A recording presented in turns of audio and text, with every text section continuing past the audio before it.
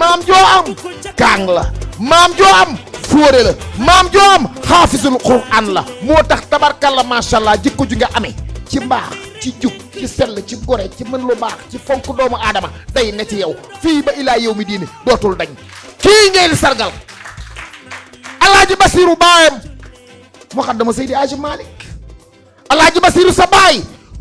jële naa li mu liggéey ci lislaam li mu tuubal ci doomu aadama wax loo leen baatu seede yi naan leen ñu naan ashhadu an la ilaha illallah wa ashhadu anna muhammadu rasulullah dugg ci lislaam boo ko doon lim dootul jeex sa baay moo daan déparé caravane ba àndandoo téeméeri kaar nit ñi zikkar ñii di tere alxuraan mu fekk Seydi Aboubacar fi nga xamante ne mooy Tiwaawan ma tabax na jàkka tabax na jumaa tuubal nay nit jàngale na alxuraan tafsir yi sa maam kii ngeen fas yéene sargal di ajaratu ay setti cuun yaayu Penda Gueye kii ngeen fas yéene sargal maam joo xaafis la waaye nag kun la dénk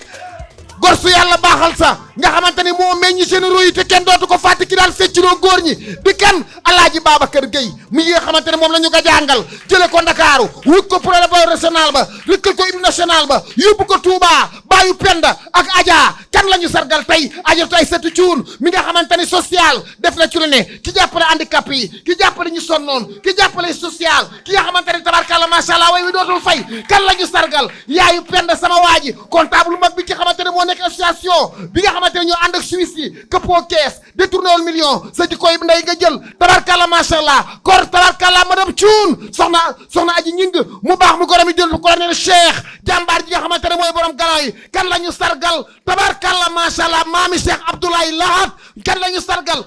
yaayu waali sama waa ji kon Khadija kan la ñu sargal la dame de fer kan la ñu sargal jigéen ju bari jom kan la ñu sargal jigéen ji nga xamante ni social silencieuse la kan la ñu sargal sëñ Tafsir Amar Thioune kan la ñu sargal madame Gueye la dame sociale la dame de fer la ñu sargal tàccuwaat leen gos yàlla baaxal la ñu sargal tey kan la ñu sargal rako ajeto a xollu kan la ñu sargal tabarkalla ma sœur Adja Ndeye Fall Coulibaly kan la ñu sargal kor madame Gueye série général kan la ñu sargal ki nga xamante ni kenn dootul ko laajte jigéen ñi yëngu leen royukaay baa ngi jigéen ñi jóg leen royukaay baa ngi jigéen ñi jóg leen révérence baa ngi kan la ñu sargal yaayu Adja kan la ñu sargal yaayu Khadija kan la ñu sargal yaayu Penda sama waaji kan la ñu sargal sœur man colonel Thiour jàmbaar ji nga xamante ne moo def témoignage yi kañ la ñu sargal maamu Abdoulaye Lahat kan la ñu sargal sama yaay tàccuwaat leen ayatu ay satu Thiour la dame de fer.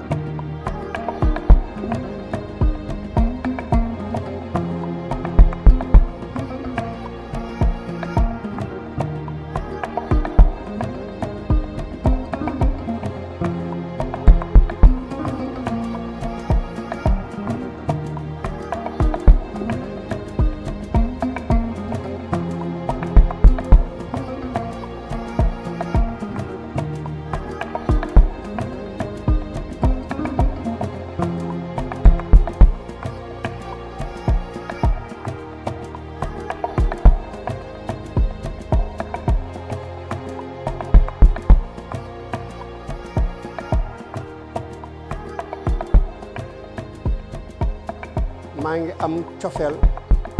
ak bànneex teew fii di wax ak yéen ku yàlla jàppale rek a fi am bi ñu dégloo témoignage yi ba pare dama leen di lire programme bi ni mu nar a tëdde kenn dina jël kàddu ci turu famille madame Aïssatou Thioune Gueye mi nga xam ni moo waral jotaay bi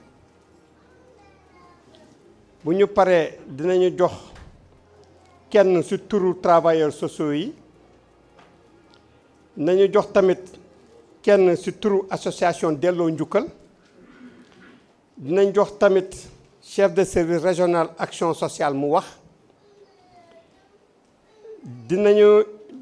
jox distinction bi raaya bi ki nga xam ne moo waral bis bi mu ñu defee distinction boobu ba pare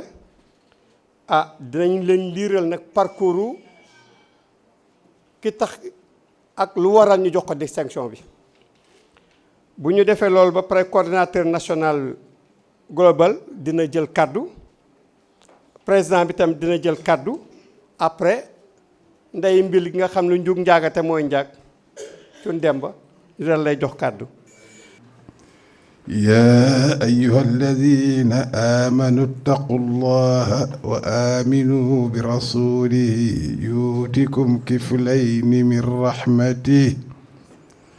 ويجعل لكم نورا تمشون بها ويغفر لكم والله غفور رحيم لئلا يعلم أهل الكتاب ألا يقدرون على شيء من فضل الله وأن الفضل بيد الله يؤتيه من يشاء والله ذو الفضل العظيم صدق الله العظيم. ci confession obédience bu mu mënti nekk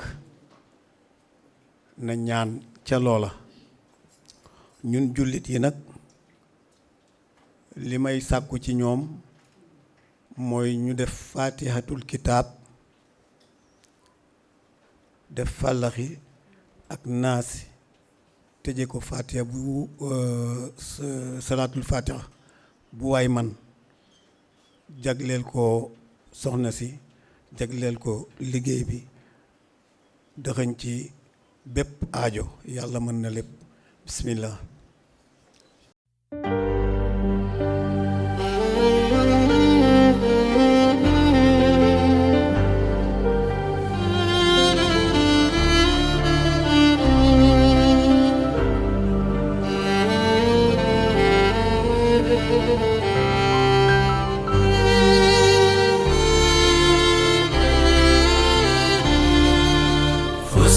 في زاد الحسنات سيدة المحسنات مريم فوت ربنا لا تؤاخذنا إن نسينا أو أخطأنا ربنا ولا تحمل علينا إصرا كما حملته على الذين من قبلنا ربنا ولا تحملنا ما لا طاقة لنا به واعف عنا واغفر لنا وارحمنا أنت مولانا فانصرنا على القوم الكافرين اللهم صل على سيدنا محمد وعلى آله وصحبه وسلم سبحان ربك رب العزة عما يصفون وسلام في الدنيا وسلام في الآخرة وسلام على المرسلين والحمد لله رب العالمين آمين.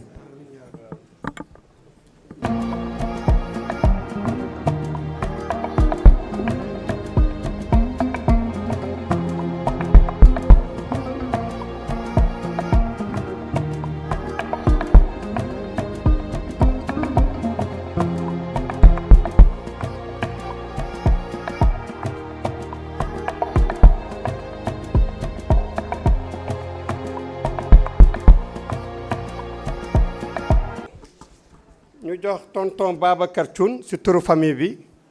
mu jël kàddu. gannaaw bi ma sante yàlla nag maa ngi julli ci yonent bi sallallahu taala alayhi wa sallam te nag ñuy sant suñuy waajur ndax lii lépp ñoo ko waral maa ngi sant itam suñu mbokk yeeg am na jàmm yi fi teew ñëpp xam nañ ni jot tu mu rànkiwut léegi ci jamono jii waaye ñu ngi leen di wax tafadal bu dee maa ngi nuyu nag ak jagle samay kàddu waa GPPI. Monsieur le Président de la GPPI Sénégal, Son Excellence Cheikh Tidiane Mbaye, Mesdames et Messieurs, chers invités, c'est pour moi un immense plaisir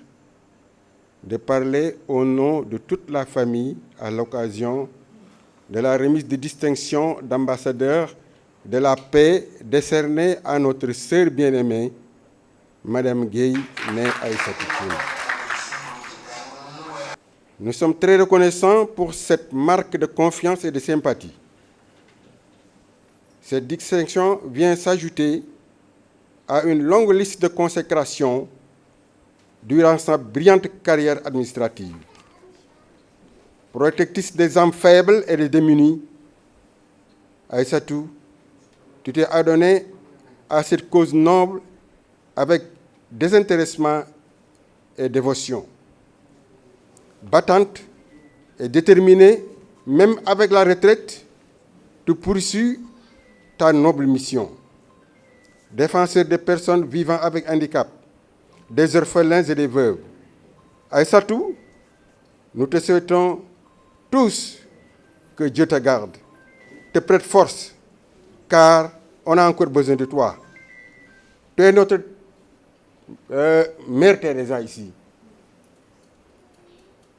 Que Dieu te garde pour que paisiblement tu puisses parachever ta longue et éprouvante mission qui t'est dévolue. Aïda, ñun ñëpp kontaan nañu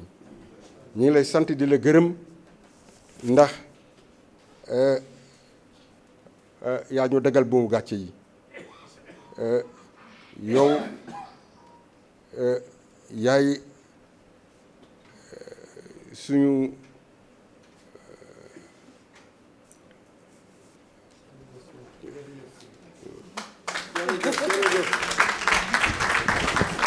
jërëjëf c'est l'émotion ça se comprend parce que buñ ne nit baax na nañ ko laaj ndax mbokk yaa ko wax. kon ñu jox continuer témoignage yi di jox madame Awa Xol c'est la doyenne nag mu wax au nom des travailleurs sociaux. ambassadrice de la paix. waaw tonton bi kañ ne mi ngi ñaan di jégalu ne kër gi santal na Awa Xol ambassadrice de la paix.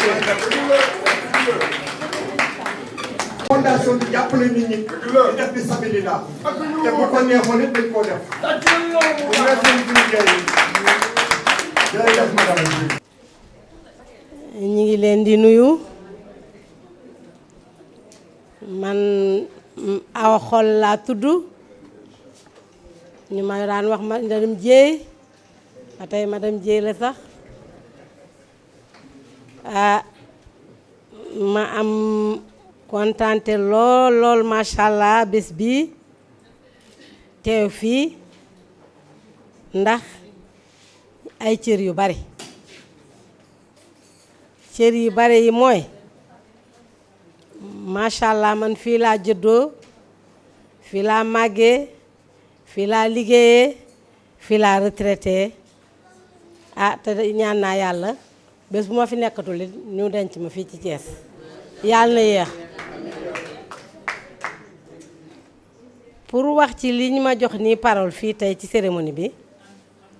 damay nuyu d'abord Excellence Cheikh Tidiane Mbaye merci à Michael Mbaye pour l'honneur bi ngeen ma defal pour m'avoir choisi comme la première ambassadrice de la paix femme. loolu nag honneur mënu ko sut mënu ko ëpp du Sénégal je précise. Excellence ambassadeur, je vous remercie sincèrement. Je sais que je n'ai pas encore commencé à accomplir ma mission si difficile, mais qui va bientôt être facile. Pourquoi? Parce que j'ai déjà à mes côtés Madame Nyanya Fall à Kolda, membre de la FAFS qui est déjà ambassadrice de la paix. Tout à l'heure, on aura Aïssatou, ma petite sœur, mais ma grande sœur par la taille.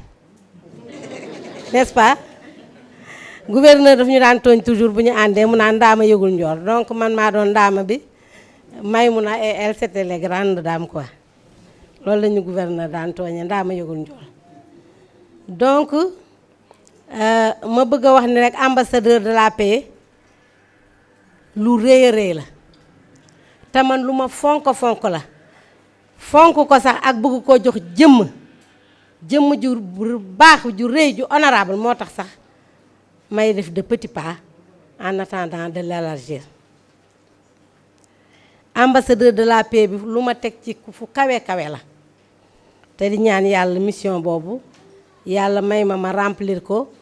ba duma leen tas seen yaakaar fii nag tey Michael yow on ne vous remerciera jamais à Thiès ndax mag mu baax nga mag mu yéene nga mag mu fonk nga jigéen ñi nga moo tax lii wax dëgg yàlla jigéen ñi Thiès ci sa présentation ñun ñii maak Aïssatou ak ñeneen wax dëgg yàlla ci la ñu amee lii kon bon ñu ngi lay remercier xam nañ ni fi nga ne teg yàlla yow tam teg na la fu kawe parce que amul lu ñuy décider fii ci Thiès ci lu ñu xam ci nit ñu baax ñi te bu dee gouverneur bu dee préfet bu dee autorité yu mënti doon dinañ la ci laaj sa xalaat j'espère que nag juumoo ci bi nga ñu tànnee yàlla nañu yàlla may kàttan gu ñu defee suñu mission bi. Maintenant pour en revenir à Aïssatou moom damay wax toujours assistante sociale u Thiès yi Maïmouna Souran Régine Avognon les femmes dañu am góoru mbootaay yoo xam ni ay travailleurs sociaux yoo xam ni exceptionnel ñooñu ñu ngi nii toog tey c'est Idi Ndiaye c'est Mika Diaw c'est Ndoye et j'en passe travailleur social dafa metti parce que travailleur social fii ci Sénégal tekkiwul dara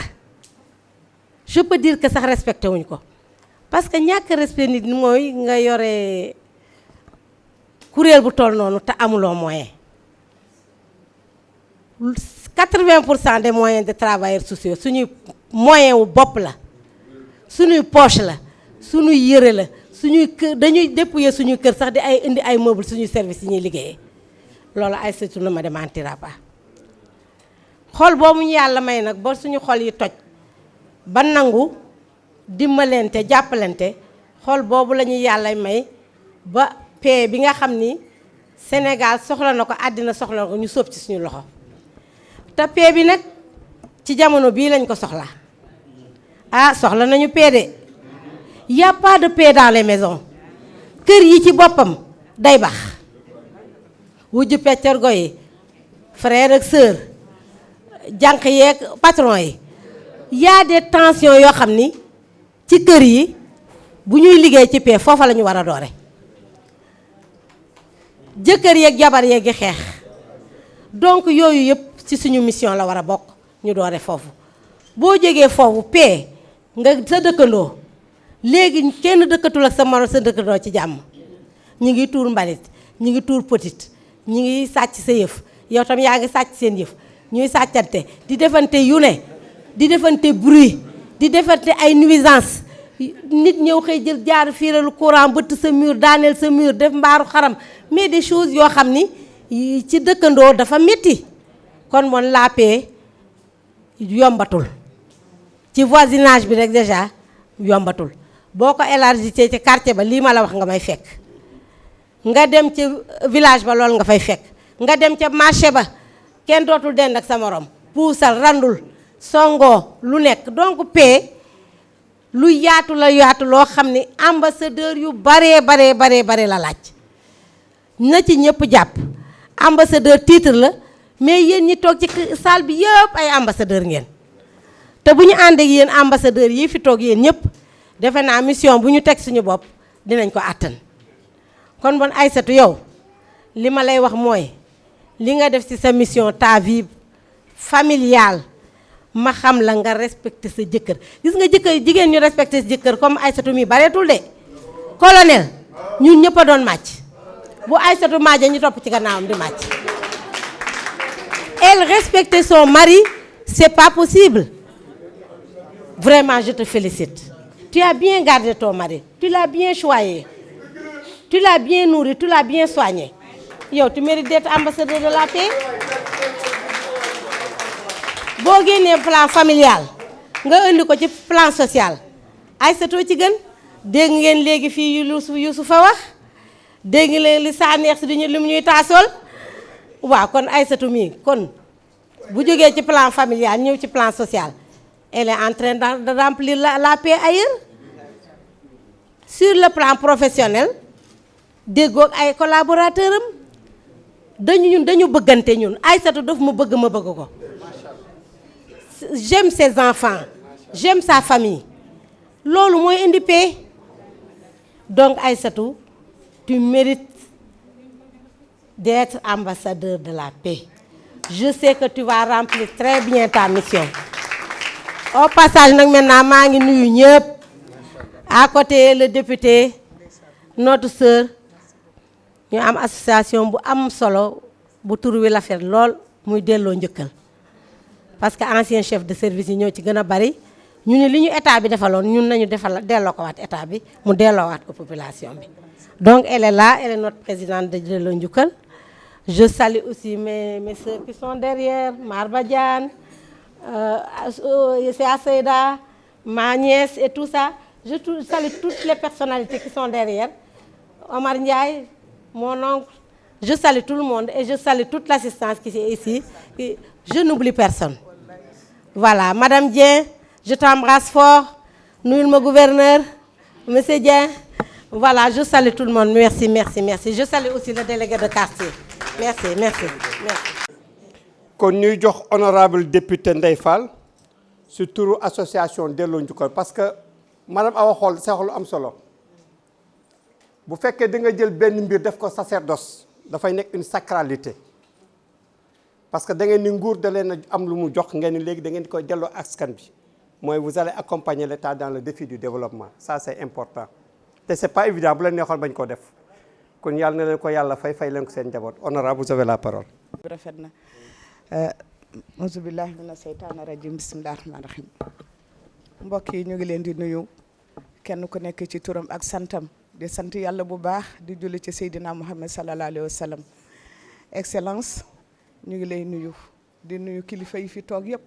kenn ku ci nekk ñu ngi lay jox li nga moom si ñun Mikaël mon cher mon ami defe naa ni boo fi toogee bala may wax dara dinaa la jox li nga moom ci man muy dégg naa ordre du mérite et du lion moo ma ko jox ci côté fi ma doon liggéey muy préscolaire di ma gis suba teel may ànd xale yi ndeysaan di ma seetlu rek di ma topp comme ni ma toppee nag ñi fi nekk tey boo leen buñ ma joxee kàddu gi dinaa ci kontaan bu baax ndax wax ci ki nga xamante ne moom mooy excellence Aïssatou Thioune excellence madame ma grande sœur Awa Xool defe naa ne ñooñu yàlla moo dogal man damay wax ci àddina damay bëgg a am référence su may dox ci àddina ñi bi ma leen di topp ça fait plus de 20 ans ma leen di xool di leen di topp di leen di seet di leen di toppandoo sax nag ci lu ne waaye mbaax rek laa gis ci ñoom dama leen di wax ne leen ba ci association bi ci sama xel nekkee kenn ku ci nekk maa la woo ne la dama gis ni lii yow sa yëf la kon loolu moo nga xam ne moo jur tey li nga xam ne moom mooy delloo njukkal agir par devoir defe naa ne Adja Awa Xool wax na ko léegi ndax su nekkee ne yàlla dafa dogal si ñun ñu nekk ñoo xamante ne liggéey nañu ba retraité ci kattanu yàlla ñu ne ñun nag tey waruñoo toog xam-xam bi ñu am bi ñu yàlla jox te mu moom ko coppati ci tuuti ñi ay jàngalekat ñii ay fajkat ñii ay développement ñu ne kon nanu fexe ba loolu ñu wàcce waat ko ci askan wi kon amuñu droit toog su weer deewee ñu coppati ci li ñu am di ko cotiser bu nu gisee ko xiif ñu jox la bu nu gisee ko feebar ñu jox la ku nu gisee koo xamante ne doon jàng mi tagga témbe ñu jox la lii mooy agir par devoir kon yaakaar naa suñu woowee ñaar ñii ci suñu biir ne leen tey dañuy wax ci li nga xamante ne mooy jàmm kon danga fa naa ne def ngeen li ngeen war a def te incha allahu rabi ñoom danañu jiitu ñun danañu laxasaayu en tant que association jàppale leen ci li nga xamante ne mooy mission boobu te bu ñu leen ko waxee war ngeen koo gëm. di wax ne ci biir association bi mi ngi fi teew Adja Soda Fall ma nga ne la nekk en rose ak Adja Sarax Diop defe naa jar na noo tàcc bu baax a baax a baax Adja Aram Seck wax naa léegi su ma ko waxee ba ci alxuraan ji ba ci foo làmb rek ñu ngi expérience baa nga fa defe naa ne Adja Aram ku ko xam ne moo fi war a njëkk a nekk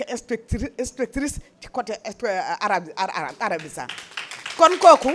nekk na koo xamante ne moom itam ni mu dugale loxoom ci yëf bi dafa am solo Adja Soda wax naa ko Adja Sarax Aïssatou Thioune mi ngi nii ci association bi la bokk man mii ci laa bokk Awa Ndiaye ngi nii ci association bi la bokk xeebunu kenn ku nekk am ndaxte dafa dem waaye yaakaar naa ne bu nekkee ñëwul ci la bokk ak ñeneen ñoo xam ne teewuñ fi may nuyu nag sama doom Penda maa ngi lay gërëm di la sant waaw di ko nuyu bu baax a baax a baax a baax di nuyu bu baax a baax ki nga xamante ne moom mooy Adja Marème Silla mu baax mi li tax ma bëgg ko beral du ñoo mooy dañu fi ñëw ci ndigalu Aïssatou Thioune ñu ñëw fii am suñu mission di def suñu séminaire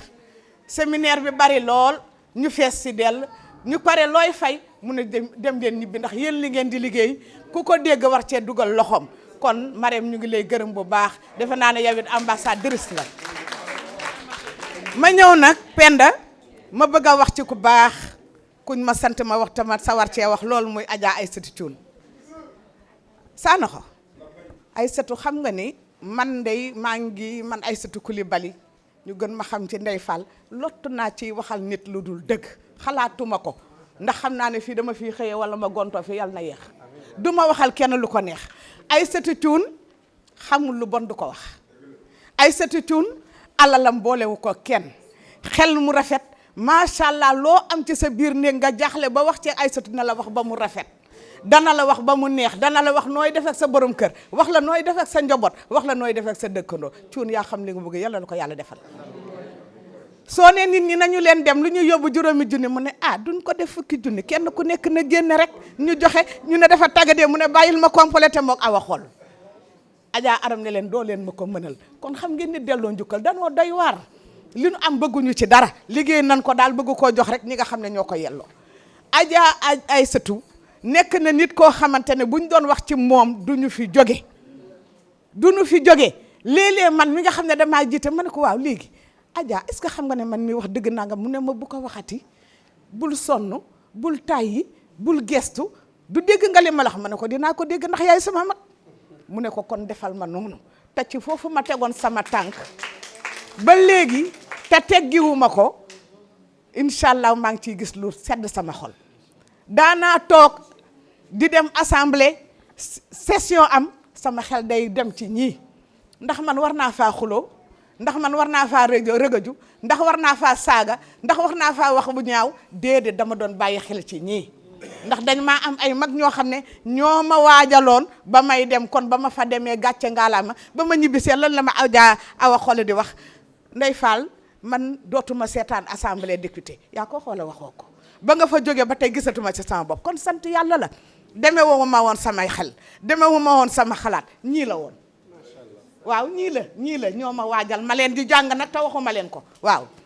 ma leen di xool ci ñoom ni ñuy doxale ci Thiès di leen xool ni ñuy doxale ci ak doomu aadama yi kon man lu ma am ci àddina ñii laa koy delloo njukkal yéen laay delloo loolu nga xamante ne def naa ko tey ba dégg première femme présidente de groupe parlementaire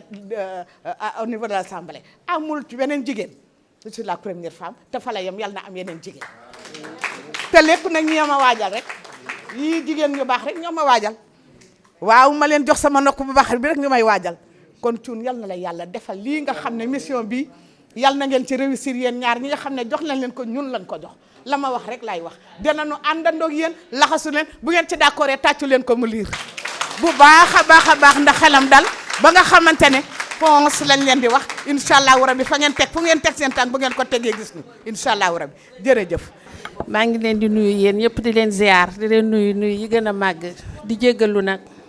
ndax Aïssatou dafa di sama mag di sama xarit donc su aylee man waruma toog fii dama war a nekk ci waañ bi di ko defaral moo tax je n'ai pas eu le temps de me laver même moo tax ma dem bokkatu fële ci ruq bi parce que dama la bëgg a teralal sa ay gan dama la bëgg a teralal sa ay nit parce que nit ku baax la ndaxte nit suñu nee nit baax na dañ naan ndax mbokk yee ko wax donc man avant tout dafa di sama grande sœur di sama goro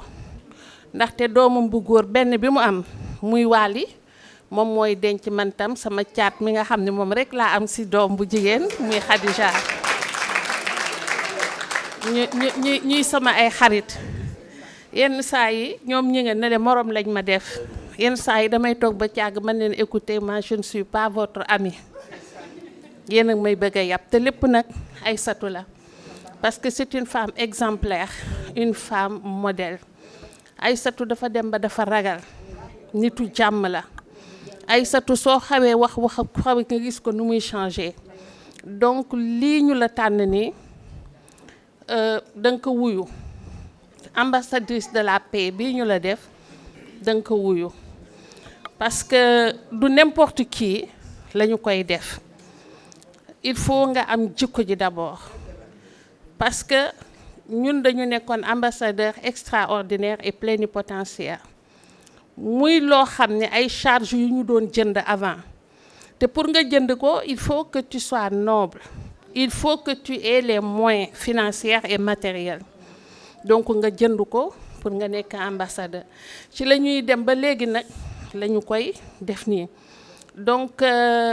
Aïssatou du n'importe qui la ñuy jox titre son excellence du n'importe qui Adja Awa je vous félicite je vous suis tout le temps maa ngi xool sa ay activités vous êtes une femme bien vous êtes une femme de cœur mu yéen ñëpp Adja Ndeye Fall Coulibaly c'est ma sœur c'est quelqu'un boo xam ni dama ko yàgg imiter depuis que bi ma nekkee lycée mu nekk une jeune fille nekk dans le mouvement révolutionnaire andi jëf bokk na ci femme yi nga xam ni ñoo jëkk a nekk fi di taxawal caada gu bees gi une femme de culture damay dégg waa tur bu ñoom saa neex bi su ñuy wax damay toog di ree man de dama ci xam lu baree bari donc diñ naan li duuf si nag bi yëpp xajul si cindi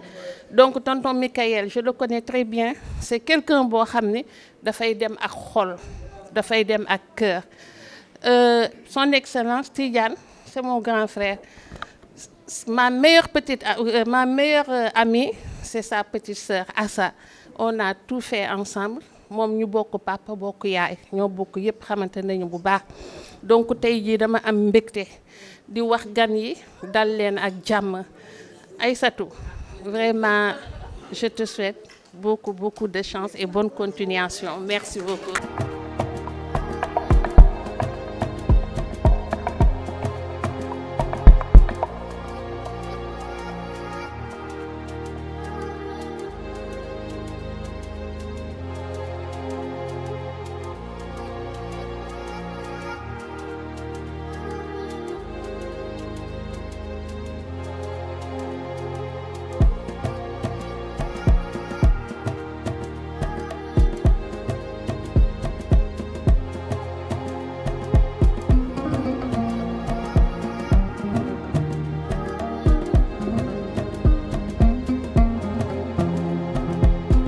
ku ñëpp tëf li nga tooy nit ñi mën ngaa louer chaise yi louer bâche yi waaye nit ñi kenn du leen louer tey ñi fi ñëw ñëpp dañoo wone de fësal seen sympathie en vous parce que yaa ko wone c'est des chefs de service yu fi nekk en retraite et en action ñoom ñëpp ñu ngi fi toog ak ñoo xam ne dañoo modeste si ñi modeste ñooy nag kenn ngi fii toog dama koy jox kàddu muy l'actuel chef de service régional de l'action sociale monsieur Omar Leye. jërëjëf je crois que le symbolique est fort kii bu ma ko woowee à mes côtés c'est parce que dafa am loo xam ni lu am solo ma bëgg ko wax fii ci mbooloo mi moom moo passé le témoin à Mika passé ma ko tey bu ñu toogee tey jii ñu indi ko fii devant tout le monde bëgg ko def ambassadeur de la paix parce que loolu aussi dafa am lu muy signifier parce que feu le président ivoirien Félix Houphouët-Boigny da doon wax ni la paix ce n'est pas un mot, c'est un comportement. Kii li mu nekk ni daf ko nekk yàgg na ñun dañu nekk très jeune dugg dans le secteur social ñuy dégg ay Awa Xool di dégg madame Thioune di dégg Mika ñu leen di tiitaroo te yàlla àddina di dox tey ji ba ñu ñëw à leur côté bàyyiwuñu ñuy jël seen téléphone di ñu woo di ñu naan teg leen seen tànk fii ñu ko fay teg kii bibliothèque la ma jox bibliothèque ku la jox bibliothèque kay koo kay xam naa ni ku la yéene teraanga jàngal nga xam kon ci kenn mënu ko fay dañ koy ñaanal rek li nga bëgg yal na la ko yàlla jox te lii dafay soog a day door rek mais day continuer da nga baax te une dame bien une dame de bien si deret yi la nekk lu la waay wax te waxul leen la madame Guèye da nga baax waxul am na loo xam ni xamu ko ci xol bi dafa set buy waxanteeg yow sax da ngay sentir que ni kii dafa am cofeel si yow bëgg nit yéene nit lu baax te nit boo ko yéenee lu baax loolu mooy dellu si yow te moom kon lii moom moo couronné tey jii ñëpp toog ñu war ko sagal yal na la yàlla defal sutura yal na la yàlla sagal sagal sa njaboot ak say mbokk ak ñëpp ñi nga xam ne ñu la yéene lu baax ça ne fait que commencer ñoo ngi lay gërëm madame mënuñu wax lépp man li ma la yéene mënuma ko wax non c'est fort. beneen affaire aussi elle a une très belle plume bindam macha allah man damay jël ay archives am di lire mais je me retrouve là-dedans jërëjëf. yàlla moom mooy def li muy def ndax ñun doylu woon nañu kaddu suñu doyen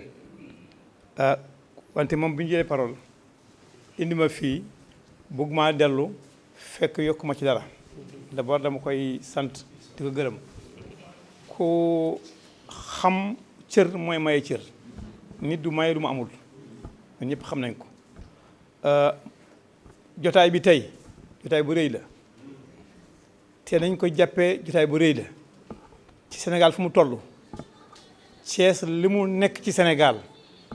jigéen nu mu nekk ci biir njaboot ak réew yàlla may ñu jotaay bi ngir ñu sargal kenn ci jigéen yi sant yàlla la na ngeen xam yépp nag képp ku fi teew da nga ci bokkoon ci asal yàlla lépp lu mu def pare na film bi mooy feeñ rek kon ñun ñoo fi nekk noonu nii balaa tey di ñëw li mu wax ci madame Guèye lu wér la te lu ma mën a seede la nit boo defee ak moom lu ëpp fukki at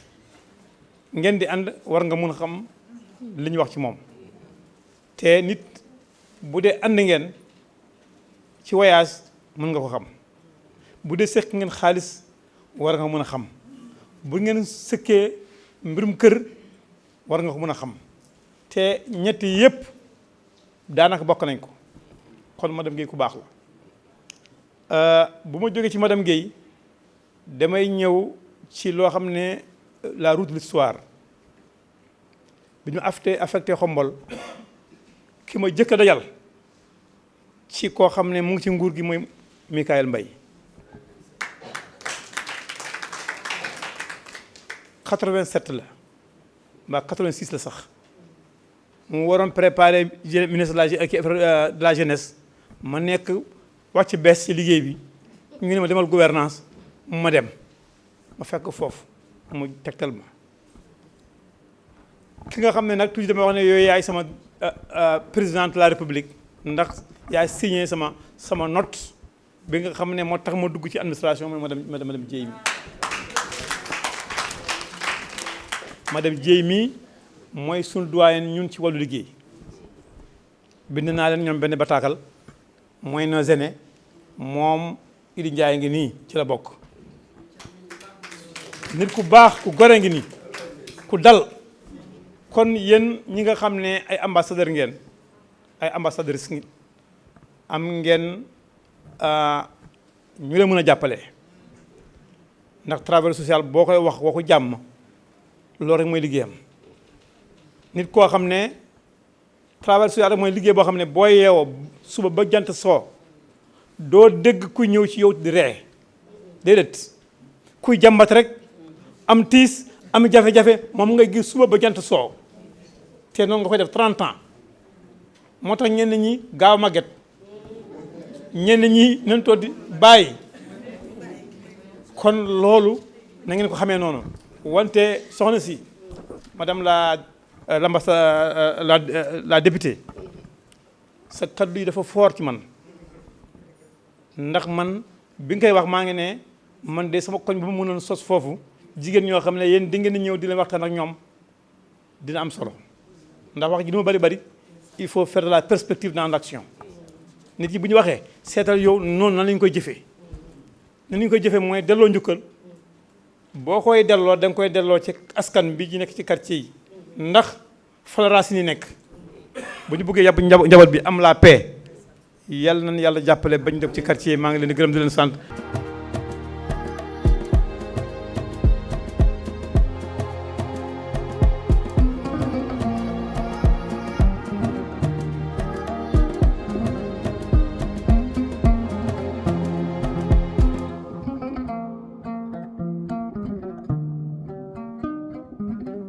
cérémonie bi d'abord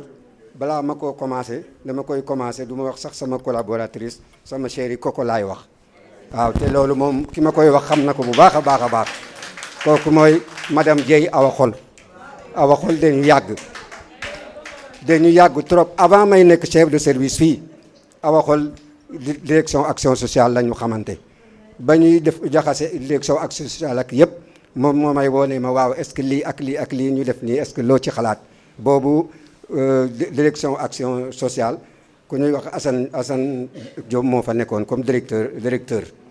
ñuy xeex di xeex ba direction bi kii bi ma demee di defi sociologie en France sama maîtrise yëpp ci moom laa ko defee dama doon jóge Thiès ñëw fii di ko interroger mu may wax lan mooy action sociale ak yooyu yëpp et tout ça te boobu nekkoon naa assistance sociale bi pare awa kenn mënu ko fay awa kenn mënul fay awa kenn mënul fay awa ba fii ñu toll lépp lu muy def ci njabootam il faut que ma yëg ko lépp lu muy organiser man maay nekk à la tête de cela yal na ma yàlla dimbale ma mën koo eggali ba balaa maa jóge ci àddina Aysatu nag moom Aysatu suñu circuit dafa yàgg bi muy génne école yàlla dafa def ñun ñoo ko affecté boobu maa ngi direction action sociale ñun ñoo ko affecté Nabi Chouker boobu service yooyu dañ doon war a soxla assistance sociale boobu Siga Coulibaly moo doon suñu directrice moom ak Fat Mbodj ak Nafi Diop Nafi dañ ko yóbbu woon centre social Russis boobu affectation yëpp ci suñu doxo la jaar barke démb rek maa ngi ko koy wax dama romb Nabi Chouker di dem ci suñu benn rencontre groupe ma gis Nabi Chouker ni mu mel ak yooyu ma ne fii de Aysatu moo fi nekkoon bi ma ko waxee mu ne ma est-ce que gis nga garab boobu mu fa sampoon man ne ko gis naa ko kii bi sax moo ma ko wax gardien yi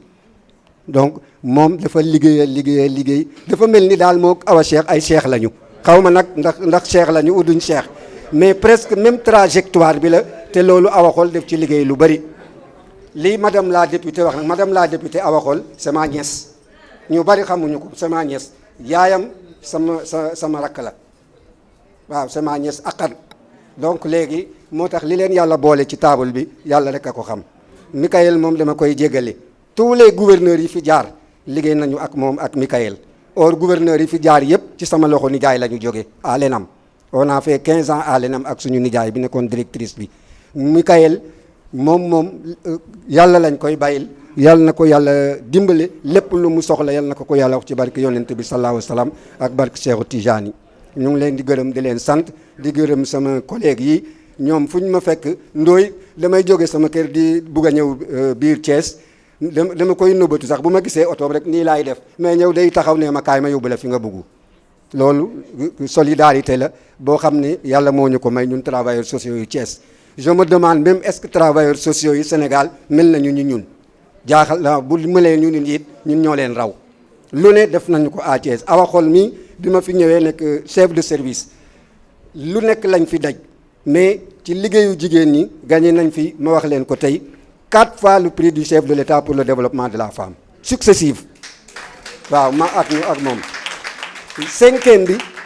comme nekkatuma fonctionnaire ñeme naa ko wax dañu réunir ñu war koo gagné ñu ne foofu nañ bàyyi nag waa Thiès moom lu ñëw rek ñu gagné ko ñu jox beneen région léegi ñu defee ne politique la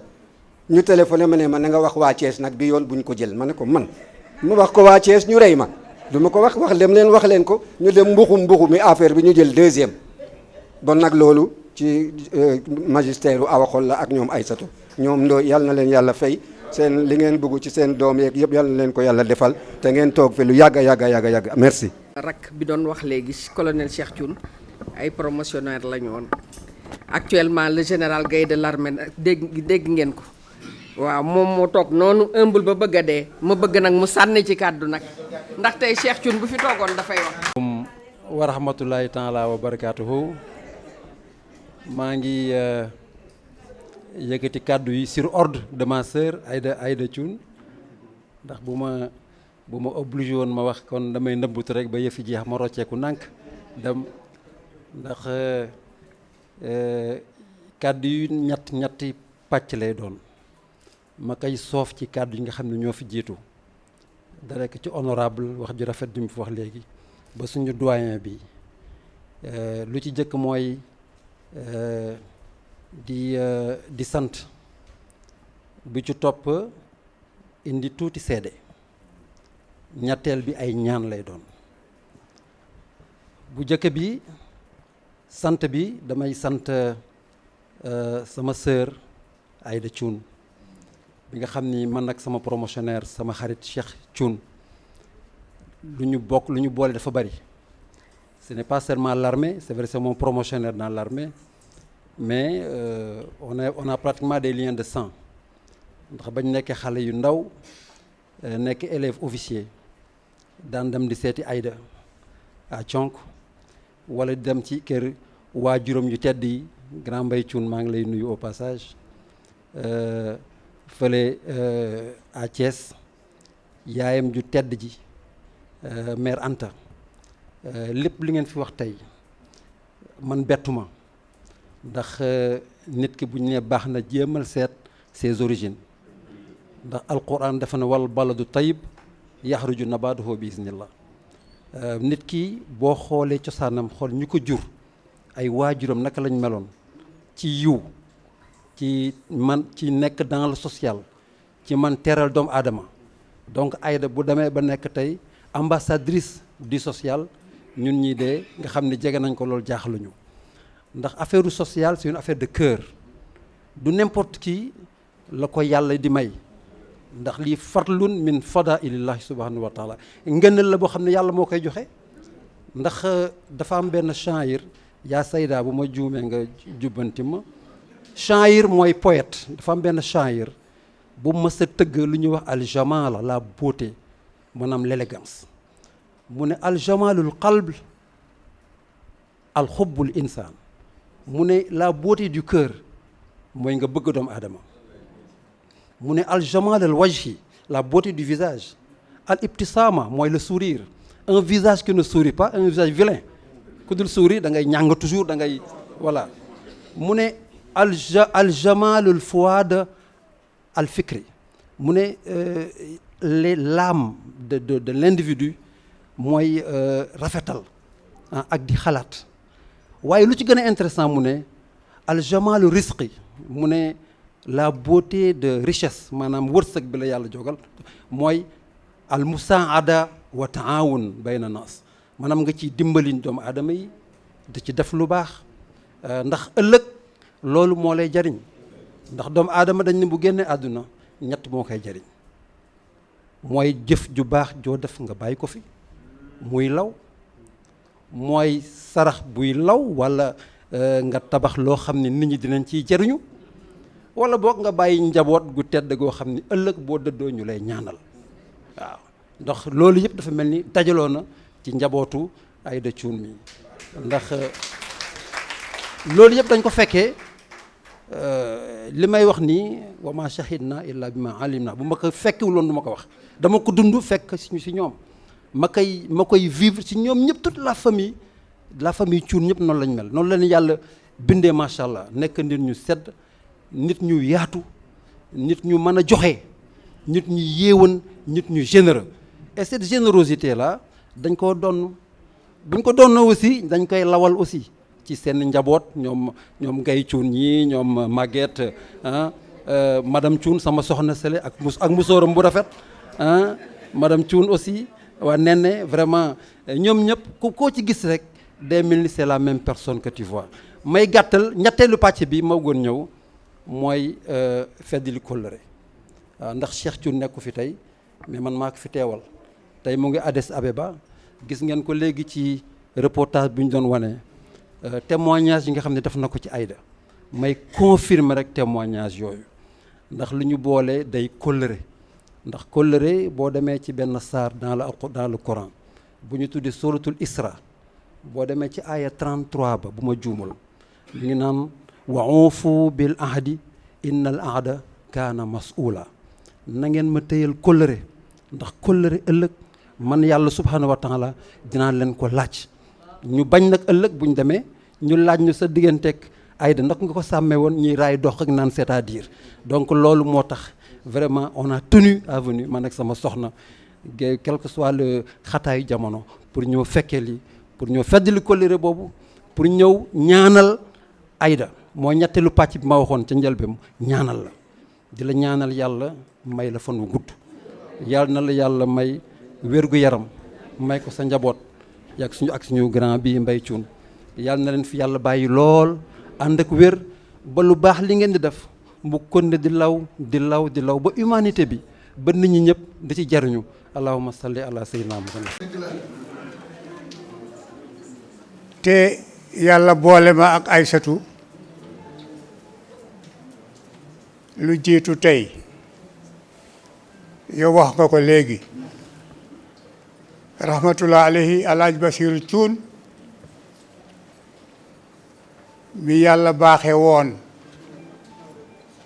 mu am pression pouvoir mu résister ko ñu ne ko tey da ngay cesser service da ngay dem Ziguinchor magi Cees yi daw seeti sëñ Babacar Sy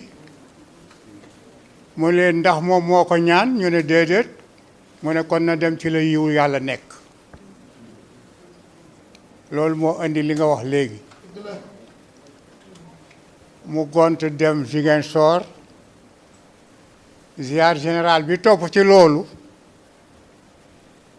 mu indi juróom-ñaari oto yu ndaw ak fukki kaar ak ñeent ci ay joolaa yu tuub ak ay soose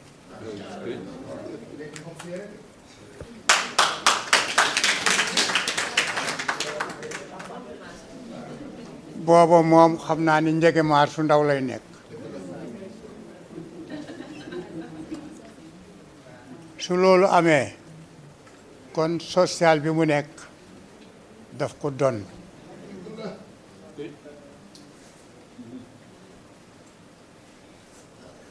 man yàlla mi ngi dogal le 8 et 9 janvier 2019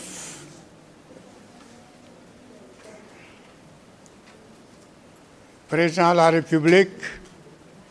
joxe instruction ni nañu dajale mboolem association yi ci réew mi ñu créé benn kuréel bu ñuy wax Conseil national des aînés du Sénégal ñu commencé ko ci département yi ak région yi def ci ay kuréel département Thiès man maa ko jiite moom mooy sama première adjointe ma jiite région bi yàlla defal ma chance ma am services sociaux yi nekk ci Thiès yëpp xalaa fekk Mika Diaw mu nekk chef de service régional Sarr nekk chef de service départemental ñu def appel ci moom parce que retraité na mu nekk personne ressource bi mu ñëwee ma sant yàlla parce que loolu man xaw ma ci dara yàlla dimbali ma am ko moom à mes côtés lu ngeen wax ci moom lu dul jub na bokk naa ci ñi doon def témoignage yi fii léegi xam naa ni jullit la xam naa ni nangu na kilifteef xam naa ni bëgg na waaw góor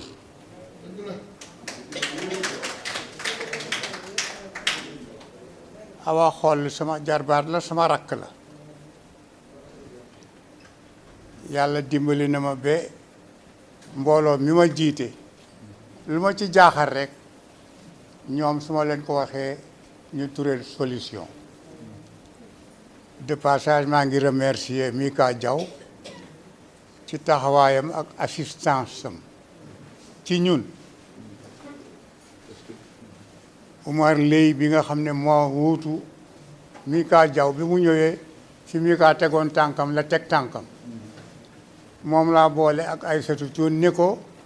lépp lu bokk ci lu jëm ci Conseil national des aînés du Sénégal département ak région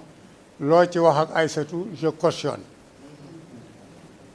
confiance totale laa leen jox kon su ngeen ko defalee teraanga Mikaël Mbaye bii ngeen di wax sama rakk la sama jarbaat la Koungheul la jóge ñëw def entrée en sixième fii ci Thiès génnaatu ko ba léegi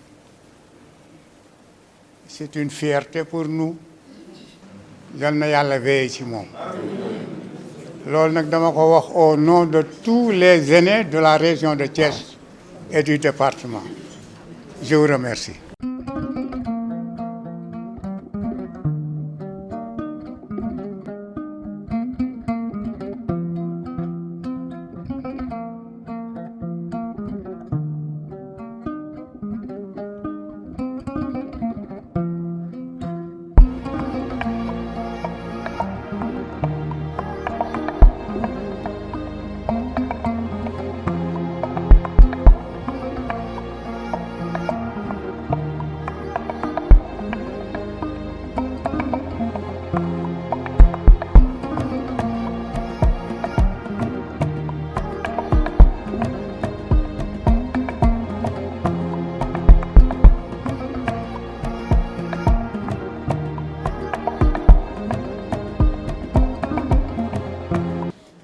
bu ma ko gisul woon sax mënoon naa yaru toog jàpp sama njàmbur mais keneen ku ma joxoñul tudd la rek baal maaq te xam ne dafa am lu ma gis ci taabal ji président Mbaye kontaan naa kii yaayam daf ma daan fekk ci programme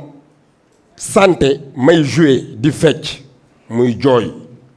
may joué di fecc muy jooy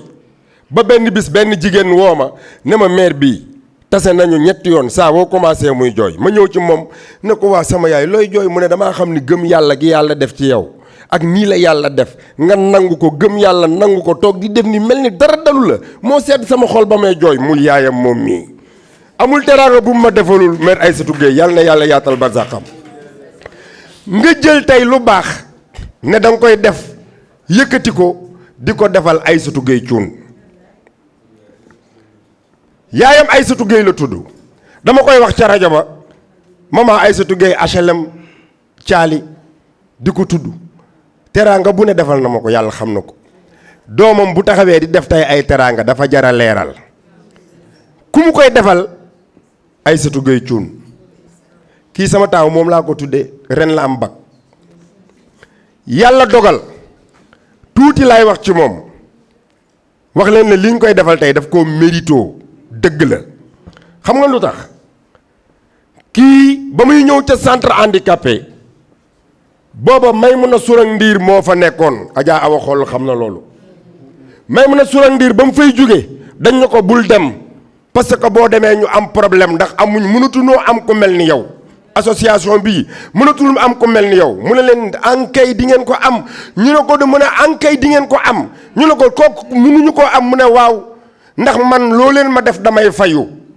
ñu ne ko waaw te ki ma leen di indil lu ñu ko def du fayu da koy muñ barki Salaat Fatiha moo ko wax. loolu la may mën a Sourang Ndir wax ñu indi madame Guèye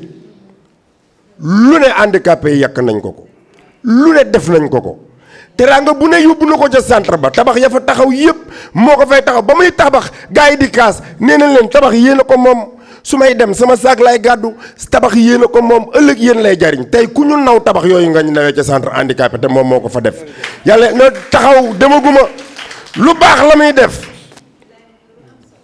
am gis-gis ma gis fii ndaw soxna soo xam ni yàlla na ma ko yàlla fayal ku fi ne yàlla na la ko yàlla fay muy ajaratu bu ndaw géey mi doomu Adja Ami Balla Tall kii tey suñ ma xeebul ci kees yabu ñu ma moom mii la moo ma jox paasu màkka ma yóbbu sama yaay màkka moom mii moo ma jox oto bii nga xam ne bu ma ko waree fu ministre taxaw ma taxaw fa moo ma ko may mi ngi nii may ma ay terrain yoo xam ne maa nga yore kayit yi ci sama poos boole ceeg teranga bu ne lépp lu mu yëkkati indil ma ko li ma gën a neex ci Aïssatou Thioune dafa maa woo ma ñëw mu ne ma xalifa bu ndaw ku baax la bu ndaw kenn mënu koo fay sama xarit la mais gis naa mu taxawal école ba ma gis mu def ci lu baax jël ay xale yu handicapé jël ay doomu handicapé interné leen ci biir école am di leen jàppale di leen jox lekk ak naan guddeeg bëccëg téye leen fa man sama ñaari dooma nga fa ba pare nag te amul du génn ba nit xam ko ci moom te école baa ngi fii bu di ko doxal sama doom yi bu ñu duggee ci kër ga français lañ may làkk léeg-léeg ñu làkk ma leen waaye doom da ngeen di bu leen ma gaañ man li ngeen may wax xuuma ko te moom mii moo ko def ci ñoom yàlla xam na ko ba pare nag madame Guèye xam loolu dikk woo ma yëkkati benn imprimante ne ma fexeel ba yóbbul ko bu ndaw ca école ba ndax képp kuy def lu baax dañ ko war a jàppale bu ndaw gi mii barke salaatul fatiha lépp lu ko waay defal nga ko doomu julit yi defal nga ko doomu chrétien yi defal nga ko képp koo xam ne néew ju doole nga waaye defal nga ko Sanokho te yow yaa ko def maa ko koy waxal ndax mën na ko waaye dañ koy bàyyi mu toog nii ci ginnaaw kuy mbokkam yóbbu na la makka kuy xaritu yaayam yóbbu na la makka samay xarit yu man mii sama yaay moo ko yóbbu makka yàlla na yàlla fay la bu ndaw Guèye madame Guèye nag ak Aïssatou Thioune yow mi toog nii ci kanam nii bu ndaw nekk sa ginnaaw yàlla du def hasard dama daan wax baax waay boppam bonuk waay boppam boo guddee fan xam ci dara loolu dama ko daan wax bàyyi naa taasu du ma feccati ndax dama koy wax mu leer ndax xilifa laa waaye na ngeen xam ne lii ngeen defal madame Guèye Aïssatou Thioune muy ambassadeur de la paix bii man nekk naa premier membre ci ginnaawam te di ko jàppale te bu ndawam Guèye ma ne tàmbale woon na paix balaa ñu koy def kon xam nga ni dina nekk ci ginnaawam yàlla mi am jàmm te ku mu jàmmal nga am jàmm yàlla la yàlla boole jàmm man nekkuma di way nekkuma di tàccu waaye lu baax li ngay def fu ma toll dina ko wax ndax yaa ko jëf ma di ko wax man donc maa tey dof nga def am na ndomba tànk yu bari nag yoo xam ne takkaloon nañ ko mi ngi dugg fonction publique en 1980 de 81 à 93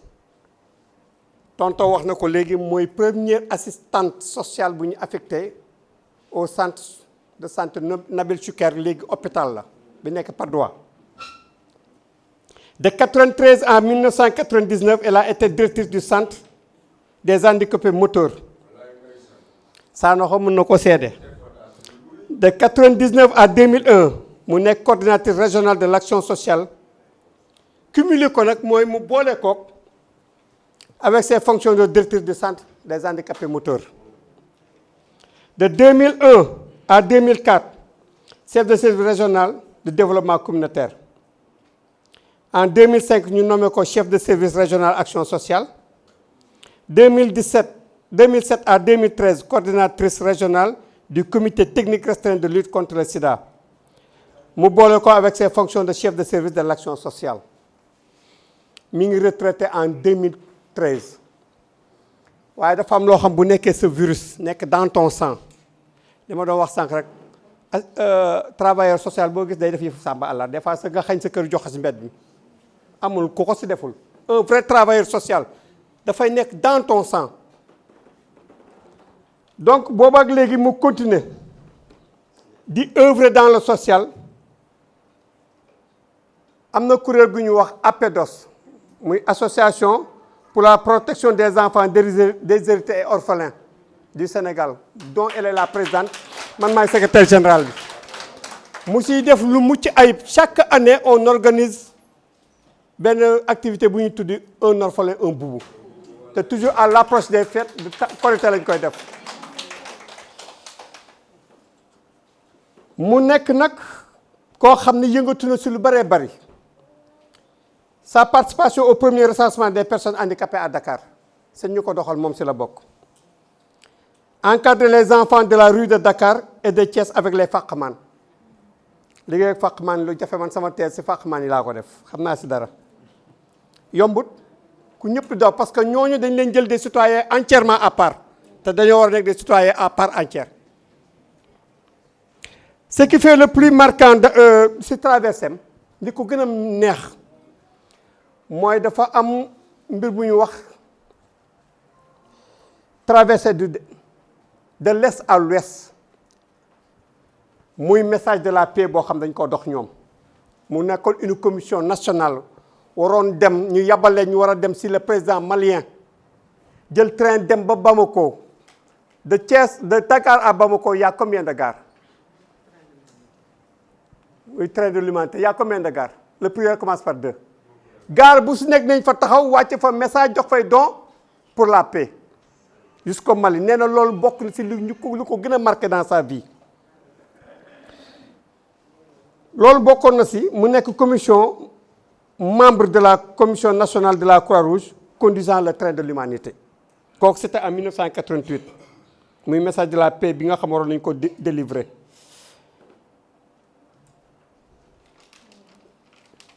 bokk na si tamit mu def chargé de suivi et de la supervision du programme des enfants en situation difficile avec l'UNICEF ku xam UNICEF mu nekk un organisme international boo xam day liggéey sur les enfants nekk présidente de la cellule de concertation des travailleurs sociaux de la région de Thiès nekk coordonnatrice et vice-présidente du groupe d'initiative des femmes de Thiès am na si loo xam nag mën ñoo wax ba jeexal te duñ ko tudd si participation à l'atelier sous-régional organisé par l'Institut africain de réhabilitation muy IAR sur l'éducation spécialisée des enfants handicapés et inadaptés sociaux à Nouakchott en République islamique de Mauritanie kooku c'était en 1999 bokk tamit si comité national de l'action sociale ñi nga xam ñooy def suivi ak supervision des projets financés par les partenaires de Belge de la ville de Valognes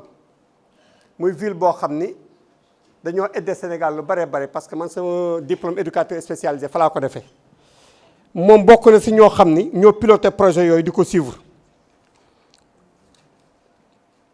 kon wax si madame Guèye du yomb ñu tënkal leen lool rek xam ni li naan lu duuf si nag bi yëpp xajul si cin li mais CV bi dañ koo tënk rek mais liñ si mënoon a wax bari na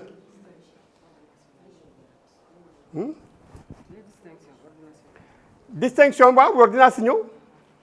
maanaam réewum Sénégal takkal nañ ko raaye ordre national du mérite parce que li ma doon wax sànq rek ku la jéppi du la ñaanal ku la nguur gi jéppoon du la ko takkal Thiès sous la houlette de mon frère bii toog ex tey Maodo Malick am na si raay yi ñuy joxe ñu ko tuddee Damel du Kayor mu dox si jéego yu bëree bëri moom it di gunge l'État dans le défi du développement monsieur Mbaye ñoo ngi lay ziar takkal nañ ko raaya Damel du Kayor pour meilleur chef de service régional de Thiès donc loolu yëpp bu amee xam nga des fois nit di nga am ay compétences mais bëgg-bëgg ak gëm li ngay def parce que un train qui arrive à l'heure du événement le train qui rate l'heure mooy événement Mère Teresa yaa événement tey non Mère Teresa événement nga xam nga Sanoxo ku la fayal sa bor te ba nga koy leb yëgoo ko yëgaloo ko boo goree ni ko jërëjëf moi biologiquement j'ai 62 ans weesu naa fu may jaay nit mais madame elle œuvre dans le social au niveau de notre quartier c'est ma voisine au quartier R100 li may wax rek sa travailleur social boo gis des fois day nekk sàmba àllar am na fu ko diine nangu xañ sa njaboot jox mbedd mi parce que sama rakku papa bu bokk ak sama papa benn baay moom moo wax loo xam ne si son mari yàlla na ko yàlla xare àjjana. C'était un lieutenant de la gendarmerie actuellement il est aux États-Unis Gora Diop mun ma son mari moo gënoon a social moom mii man kaa boo mun ma loolu la laayeen azim te loolu moom xamul woon ni sax man xam naa ko parce que son mari son mari yàlla na ko yàlla yërëm xaw ma ko de nii mais par le nom je le connais parce que moi je suis un ancien militaire jaar Prytanée militaire génn général sànq moo tax maa la je suis au garde-à-vous kon donc lu ñu naan lu duuf si nag bi rek xajul si cin li madame Guèye mère Teresa yàlla na la yàlla àggaleeg sa sago waaye ñi nga xam ni ñoo la takkal raaya bi dinaa wax si ñoom à commencer par le doyen Michael li naan je connais mais connais ne me connais pas parce que j'ai dirigé le conseil de la jeunesse à Thiès ñu daal ñëw gouvernance ngay am foo ñuy teg ak di ñu orienté loolu tamit dafa am loo xam ne bu la doyul dara du la doy te ku dul gërëm nee nañ si baadoolo yi nga bokk ku la defal lu baax te c'était pas évident bu ko neexoon bañ ko def boo sa gën bee baax rek da nga koy delloo njukkal kon doyen Michael ñoo ngi lay ziar di la jox sa wàccuwaay di la sant di la gërëm seen kuréel bii ngeen mëbët bay def di nommer yàlla na ngeen si yàgg yàlla kattanal leen may leen doole ba ngeen àgg ak seen sago avant may jox nag maître yeneen ñi ngi eggale ma jox Maodo Malick rek mu am kàddu yu mu si sànni parce que nag fekkee cër la bu la neexoon nga xatal bu la neexoon nga ni doo ñëw ñun du njëy kenn waaye nag Maodo bàyyi nga fi ku fi matat muy Babacar Lo anamu kii sama nami sama rakk la mook sama petite sœur bi topp si man ñoo promotionnaire am la et on milite ensemble dans le mouvement nawetaan mu nekk si un cadre kenn yabu ko ndax sa personnalité et sa dignité. wax sa biir yi bokk dafay metti parce que koo gestu rek war nga ko mën a tudd honorable député ñu ngi lay nuyu si Adja Awa xool c'est ma sœur donc di nuyu ñi fi fekk ñëpp vraiment ku ci nekk mën nañ jaar sa tur bala may wax ci ki ñu fi dajale tey muy Adja Aïssatou Gueye Thioune damay wax d'abord ci ñi jël initiative bi parce que la reconnaissance est un attribut divin suñu borom moo ko wàcce ni dee leen delloonte njukkal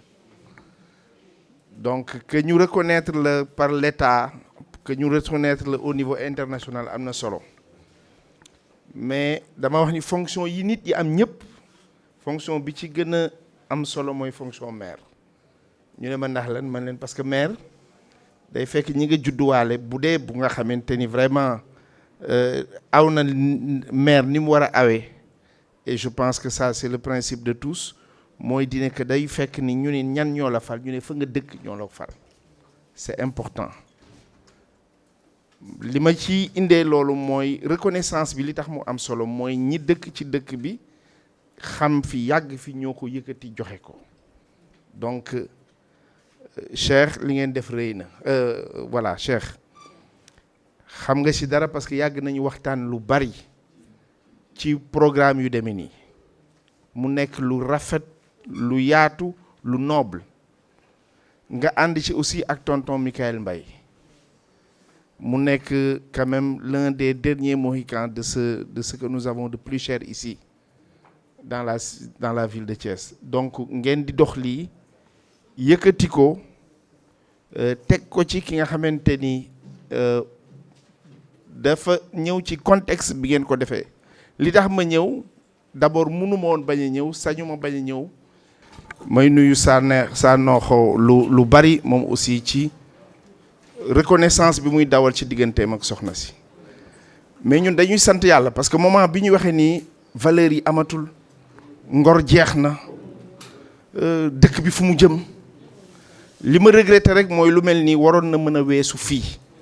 parce que dinañu woote jotaay yi nga xamante ni amul benn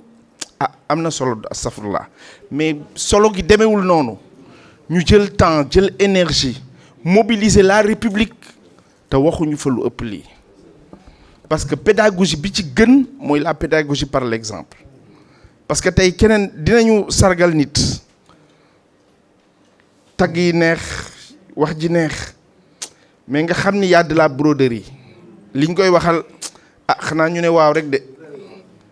nañ ci dem rek mais tey dañu war a indi xale yi bu dee jigéen bu dee ndaw bu dee mag ñu wan leen ay exemples yi nga xamante ne dañ ciy teg loxo et madame Aïssatou Gueye Thioune c'est une femme de son temps et c'est un leader de son époque. Quand vous êtes un homme, un leader de votre époque, c'est-à-dire mooy da ngay impacter ci sa époque li nga xamante ne du débat parce que liñ fi wax yépp dañuy wax ni kay am na lu ñu fàtte mais waxuñu fi dara ci moom li nga xamante ni dindiwu ko dindi mën nañ ko dindi wala mën nañ ko randal man nag ma jàpp ci moom benn esprit assez bu citoyen bu responsable parce que moom ku ne xam na ni du politique mais dama ko respecté ci lenn parce que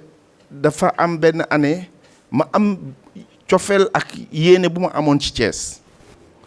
ma ñëw ci moom ni ko man xam naa yow doo politique kenn mësu la xam fenn mais dama gis sa compétence sa yéene ak li nga def ci koñ ci dëkk bi dama bëgg ñu ànd nga jëmmal loolu ñu teg ko ci ngor teg ko ci lu yiw bi ma ko waxee mu ne ma dinaa la tontu bi ma ñëwee mu may jox son accord li ma njëkk a wax mooy xaaruma ci dara bëgguma ci dara duma la ci laaj dara mais li ma lay wax rek mooy lépp lu ñuy wax na nekk lu yiw lépp lu ñuy doxal na nekk lu yiw lépp lu ñuy doxal na nekk li nga xamante ni kuréel gi ngeen di ànd nañu tegu ci yoon tegu ci yiw tegu ci yar je pense que am na lu bari lu ñu jàng ci moom kii dama leen di wax ni leen bu ñu doon fal tey ñu ne dañuy fal kilifa yi gën a mag ci dëkk bi ñun ñëpp dañu war a ànd ba valeur yu mel nii ñu jiite waaw parce que mérité na ko mérité wu ko parce que dafa am jaar-jaar 30 ans 40 ans dugg 80 nga dugg fonction publique du loolu daf ko mérité parce que dafa jëf daf ko mérité parce que dafay wane ci jikko te jikko ceebo la ceebo mooy taw bi jëkk lu ci sax daf ci moom lay demee ba faw donc je pense que ma sœur man de franchement ñii Cheikh li ngeen def nii bëgg naa ñu xalaataat nan lañ koy jëmmale waate ci kanamu kilifa yi parce que lu mel nii ci valeur lu mel nii ci mérite lu mel nii ci reconnaissance sociale waruñu ko wane ci salle bu toll nii dinañ ci gën a waxtaan gën a xool naka lañ koy defee am nga nag ñu bari ñoo ko yàgg a jox ci dëkk bi wala ma gis koo ko jox lu mel nii mais musuñu ci am pas-pasu teewe nii parce que bii dama jàpp ni ku ne mérité nga mais quand nous devons rendre un honneur à ceux ou celles qui nous ont toujours honorés c'est un hommage et un honneur pour nous d'être présents ma sœur yal na yàlla fay yal na yàlla taxaw buuba beneen élément bi ñuy terminer mooy dañ la soxla réew mi daf la soxla nga yëg ko ak nga bañ ko yëg parce que bi jàmm raafee ñu ne ana jigéen ñi war a dox jàmm yow da nga bokk ci ñi nga xamante ni war nga ko mën a dox war nga ko mën a dox ci Afrique war nga ko mën a dox ci Sénégal ñu ngi sant ñëpp di gërëm ñëpp asalaamaaleykum wa rahmatullah kii maa fi waroon jëkk di fomp fauteuil yeeg yooyu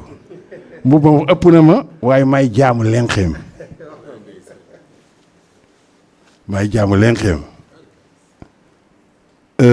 sama ñëw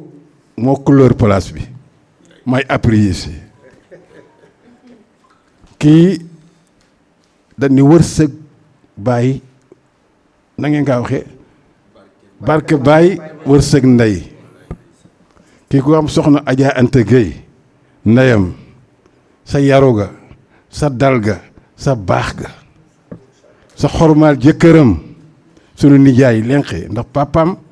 ak sama yaay no bokk benn baay ñun su amul sax doom baay dañ naan ndey ak baay rek papam di nitu yàlla ñun waa waajuram yooyu nekk ay fóore ay awliyaaw yu jóge sa wóoramaat yi ñoom wóoramaat yi sunu ay mbaam ñun làmbaatuwunu ay awliyaawu laayi lañu waaw daan àndal ñoom Mor Anta Sali waajur Serigne Touba ak ñoom Mor Fuutiyu sunu ay maam yooyu noo defar xibla ba ànd ak Mor Fuuti kii foofu la jógee wóoramaat yi googule kii bu melu woon ni nu laaj ko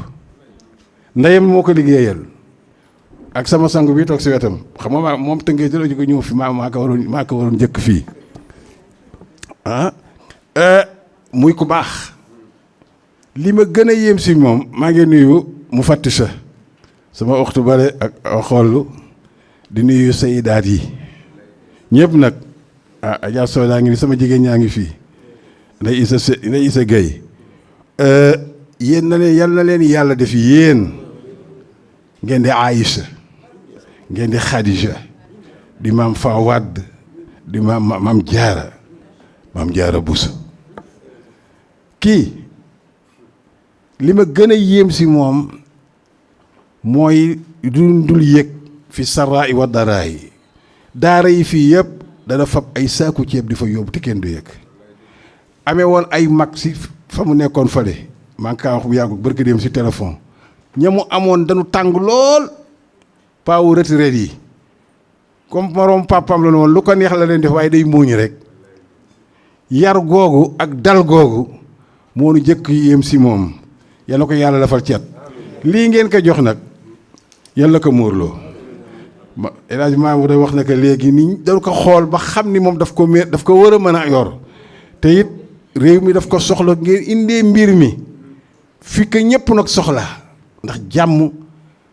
looy wut si àddina rek jàmmoo gën ndax yonent bi sallallahu alayhi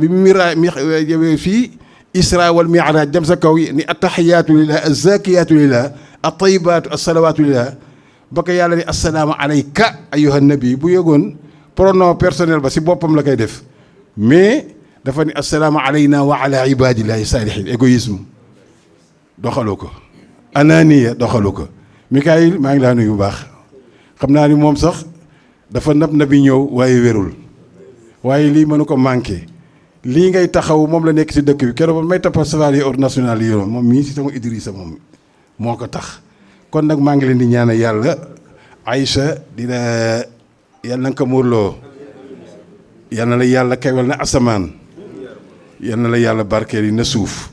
yàlla boo am benn ndog yàlla musal si bët bu aay musal si xel mu aay mu xale si pexe mu aay musal seytaane rajim musal seytaane liis nii ngeen fi ñëwee jéego yi ngeen fi ñëwee yal na ko yàlla muy sippikum bàkkaar ak doole kum tuyaaba saa noxo maa ngi laa nuyu baax a baax xam naa maa ngi du may ngol pooj waaye boo mën naa la tëggal na ngay dóor pooj na waaw nit ku baax la te bëgg ay sa bi suñu jigéen bi le wasalaamu aleykum wa rahmatullahi taala wa barakaatuhu. kon lii xam ne moo ñu tax indi fit moo ñu tax a teew fi tey di jëmm ji toog ñu war koo jox raaya bi ñu koy jox tey dafa am fu mu jógee muy ca New York président Cheikh Tidiane dina ci ñëw muy ambassadeur de la paix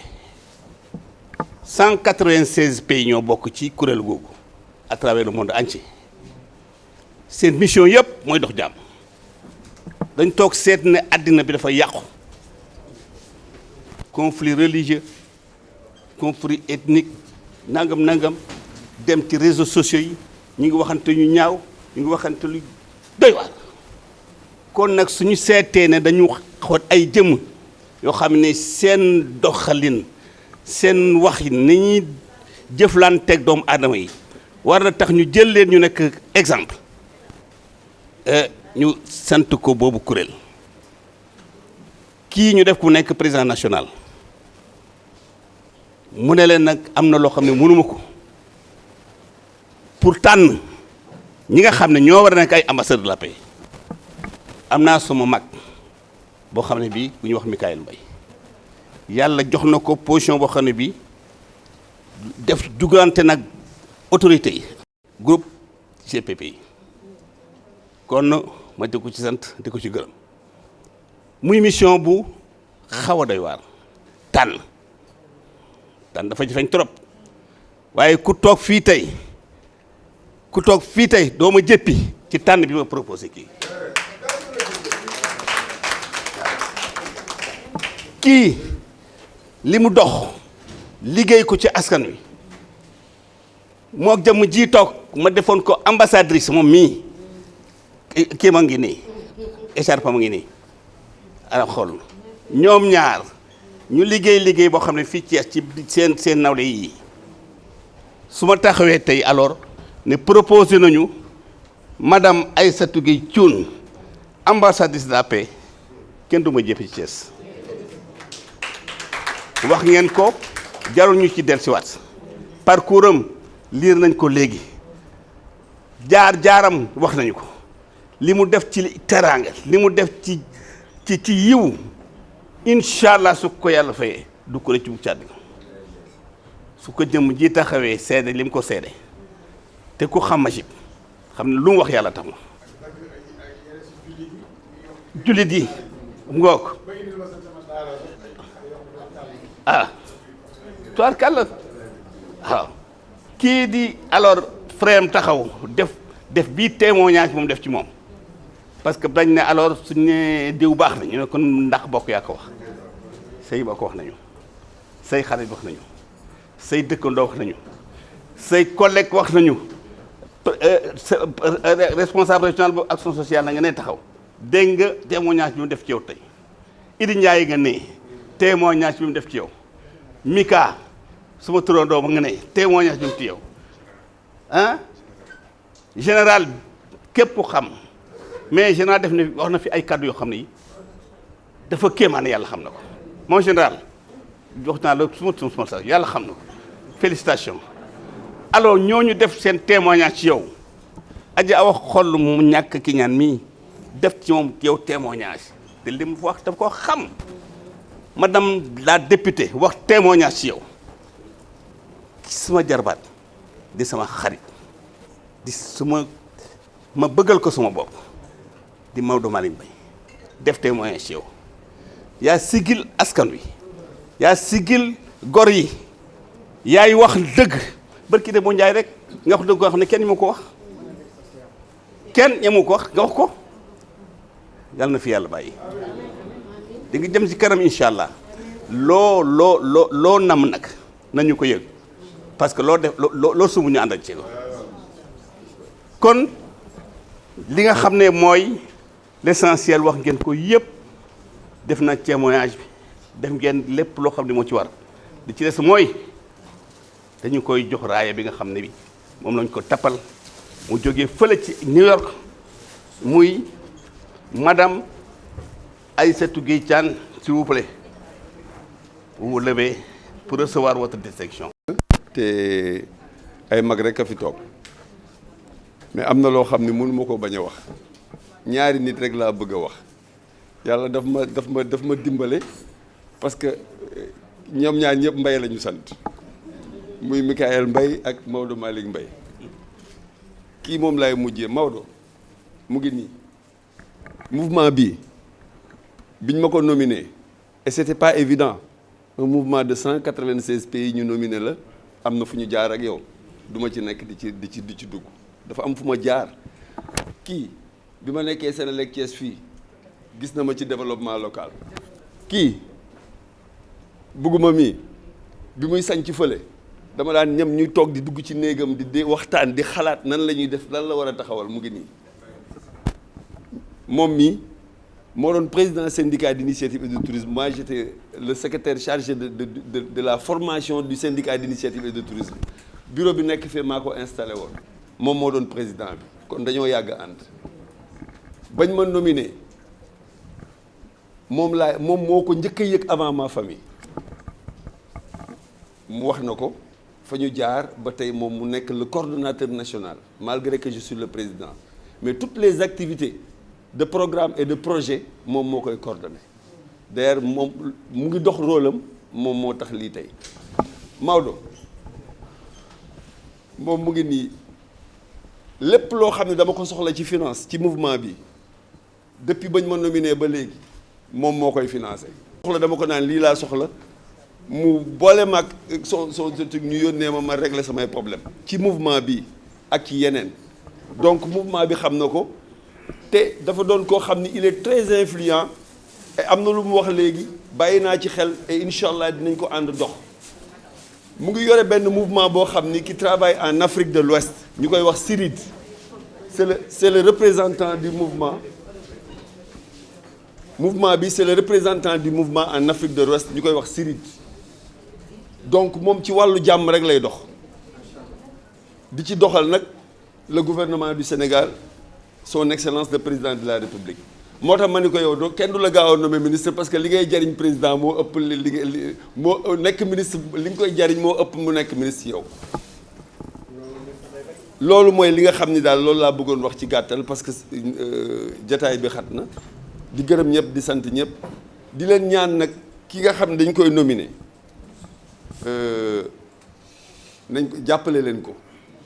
parce que processus bi yamul ci rek ñu nominé ko moom mais moom parce que man bi ñu may nominé dañ ma laaj yow nan nga fas yéenee liggéey à partir de ta base ba ci kaw moo tax ñoom c'est les membres du conseil d'administration day créer ay comité de gestion yoo xam ni domaine de compétence yëpp dañu parce que les remontées d'information foofu lay am parce que moom loolu mooy def tax muy mën a def des médiations kon yéen da ngeen ko war a jàppale ki nga xam ni moom aussi nominé woon nañ ko moom déjà mu ngi ci programme bi di ñaan Mouhamed comment dirais-je Maodo Malick am na lu mu wax parce que am na lu mu yëg di ko ñaan Maodo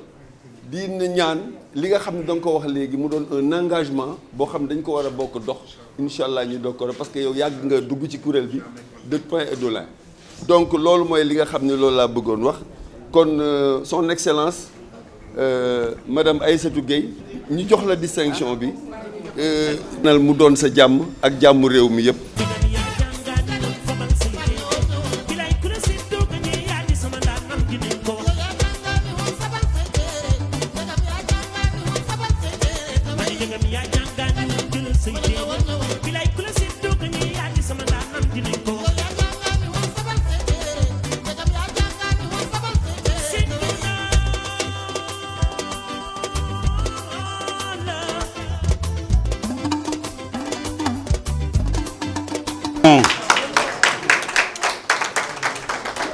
Nous demandons à M. Maodo Malick Mbaye, avec l'ambassadrice Awa Khol Dieye, nañu ànd ñëw tappal alors solal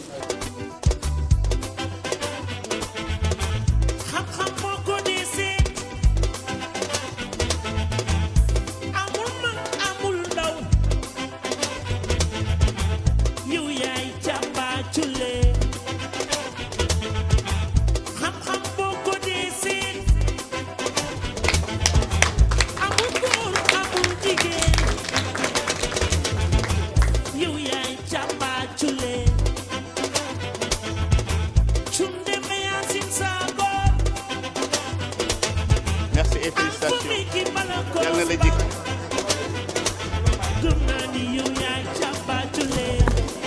Shaytaan rajim, bismillahi rahmani rahim. Excellence, Monsieur Cheikh Tidiane Mbaye, Monsieur Michael, le coordonnateur, colonel général Gaye, DG Maodo Malick Mbaye, Monsieur le chef de service régional de l'action sociale, Messieurs les chefs de services régionaux et départementaux à la retraite, chers collègues chefs de services régionaux, Mesdames les directrices de SEDAF, Mesdames, les généraux ou bien le général et colonel, imams, notables, chefs coutumiers, chers parents, chers amis, chers partenaires, chers enfants, chers petits-enfants, mesdames, messieurs, honorables invités, permettez-moi à cette occasion solennelle de rendre grâce à Dieu et son prophète Seydina Mohamed sallallahu alayhi wa sallam, à mes défunts parents d'avoir la force et la santé de me tenir devant vous, mes illustres invités. Vous comprendrez aisément toute mon émotion due à la grandeur de l'événement. Je suis véritablement honoré face à autant de témoignages de sympathie et de bienveillance que vous avez eus à mon encontre. Vos paroles élogieuses m'ont touché du plus profond de mon cœur. Cette distinction, ce choix porté à mon humble personnalité, est certes un titre honorifique, mais aussi le travail d'un long parcours social effectué avec beaucoup d'humilité et d'altruisme. Dès mes années de jeunesse et de choix, de vocation de vouloir aider l'humain avec un grand H, et ce avec tout ce que ça englobe de joie et de contraintes. Allah le Tout-Puissant a donc entendu mon souhait et m'a orienté vers le social afin d'accompagner ceux qui sont dans le besoin, les sans-voix, les catégories sociales les plus vulnérables et défavorisées. Dans un monde en perpétuelle mutation, où capitalisme rime avec intérêt et déshumanisme, les faibles deviennent de plus en plus fragiles et incompris. Les peuples subissent des guerres infrasticides, des catastrophes naturelles, des injustices, des crimes odieux, des pertes de valeurs et de repères, en sorte une dégradation sociétale. Fort heureusement, des organismes à l'image de Global Prosperity and Peace Initiative Sénégal ont pris leur bâton de pèlerin afin de promouvoir la paix, puisqu'il est grand temps que nous accordons une attention particulière à ces phénomènes qui gangrènent notre société. C'est pourquoi, à l'instar de la communauté internationale, la journée de la paix est célébrée le 21 septembre de chaque année depuis 1981. Elle est dédiée à la paix, observée par plusieurs pays, dont le Sénégal, où des personnalités, des hommes de bonne volonté engagés pour la cause sont nommés par les Nations Unies pour sensibiliser l'opinion internationale et nationale et de faire un fort plaidoyer à l'endroit des peuples et des communautés. La paix n'est pas seulement l'absence de conflit, mais un processus positif, dynamique, participatif, qui favorise le dialogue et le règlement des conflits dans un esprit de compréhension mutuelle et de coopération. Kofi Annan, le grand pacifiste des Nations Unies, prix Nobel de la paix, a dit, je cite, « La seule voie qui offre quelques espoirs d'un avenir meilleur pour toute l'humanité est celle de la coopération, du partenariat en faveur de la paix. » Fin de citation. Pour nous qui recevons aujourd'hui cette consécration, la journée de la paix et au-delà sera une occasion importante pour l'humanité et pour notre communauté de défendre la paix en tant que valeur unique, d'exprimer un engagement inconditionnel en sa faveur et ce par-dessus toutes les différences. À ma qualité de travailleuse sociale, je m'engage à vos côtés pour promouvoir la paix durable dans les familles, dans les communautés, dans les peuples, de contribuer positivement à réguler les inégalités sociales, à promouvoir le mieux-être, le progrès humain spirituel de tous. Mesdames et messieurs, tous ensemble, œuvrons pour la paix dans les cœurs et dans les esprits, pour que l'individu puisse vivre sa condition humaine dans la dignité, dans la résilience. Je ne saurais terminer sans renouveler toute ma reconnaissance aux représentants résidents à Thiès, M. Cheikh Tidiane Mbaye,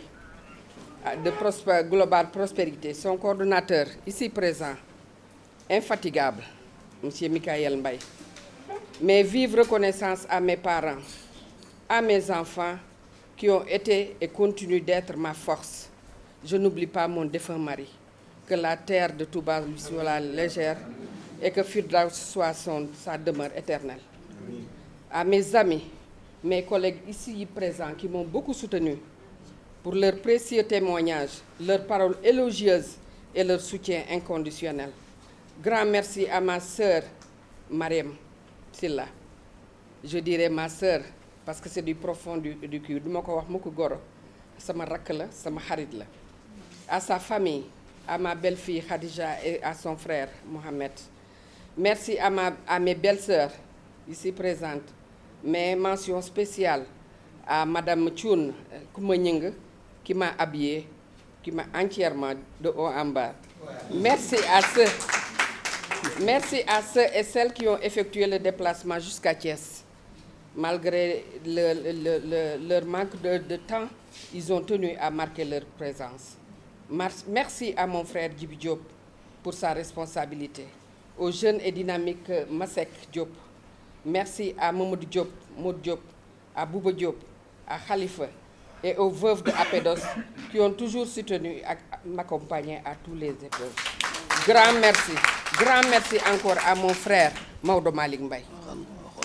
Maodo, bett nga ma sax tey parce que xëy na jot amuloo ko et j'ai compris. Mais à chaque fois que ma xewle dara boo ñëwul itam sa loxo ñëw na ba pare Babacar Lo représente le dignement.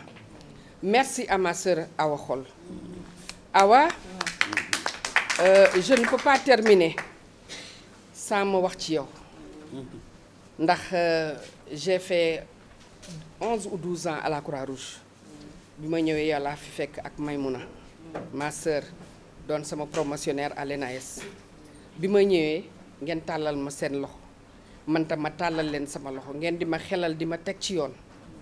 Awa yaa baax yaa ñàkk ki ñaan keroog bi ñu ma nommé chef de service du développement communautaire yaa gàddu décision bi indil ma ko loolu duma ko fàtte mukk loolu duma ko fàtte mukk ndax social dafa metti il faut nga nekk par exemple une personne de cœur pour mën ko liggéey il faut nga mën a muñ il faut nga mën a gëm li ngay def il faut nga mën di ko def te avec grand cœur doo sonn doo tàyyi kon nag maa ngi leen di gërëm di leen sant di gërëm waa delloo njukkal di ko jaarale ci madame la présidente ndax wóolu te guñ ma wóolu def ma seen trésorière lu ñuy wax jiital ma ci yu si ma joxe ci sama xalaat mënuma lim te boolewuma ci nag sama càmmiñ Michael ndax Michael dañoo cheminer ensemble à la gouvernance plus de 5 gouverneurs liggéeyoon naa ak ñoom waaye à chaque fois mi ngi suñu wet di ñu orienté di ñu tette tey ji teraanga bii ñu am moom moo ci contribuer positivement pour tey ñu mën ko am kon nag jërëjëf Michael jërëjëf Cheikh gërëm naa leen sant naa leen may gërëm bu baax nag pareeguma parce que wolof yi may wax yëpp gërëm la mu may gërëm aussi sama jaam waaw nangu na ko nag